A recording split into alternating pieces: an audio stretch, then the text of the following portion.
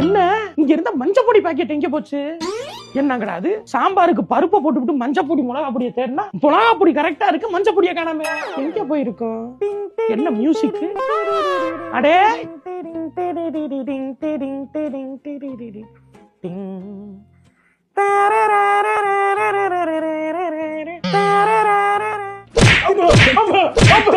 என்ன வேலை பாத்துக்கிருக்க? அங்க சாம்பார் வைக்கிறதுக்கு மஞ்சப்பொடியை தேடிக்கிறீங்க, எரு மாடு தண்ணியில போட்டு ஊத்தி வேஸ்ட் பண்ணிக்கிறீங்க. நீ எங்கடா போனுங்கடா? போன் லைட்ல வச்சு என்னடா அது ட்ரெண்ட் பாது? ஏன்டா அந்த ட்ரெண்ட் முடிஞ்சே 30 நாள் ஆச்சு, இப்ப ட்ரெண்ட் பண்ற? விளங்குவியா நீ? என்ன இன்ஸ்டாகிராம் இன்ஃப்ளூயன்சர் ஆக போறியாக்கு?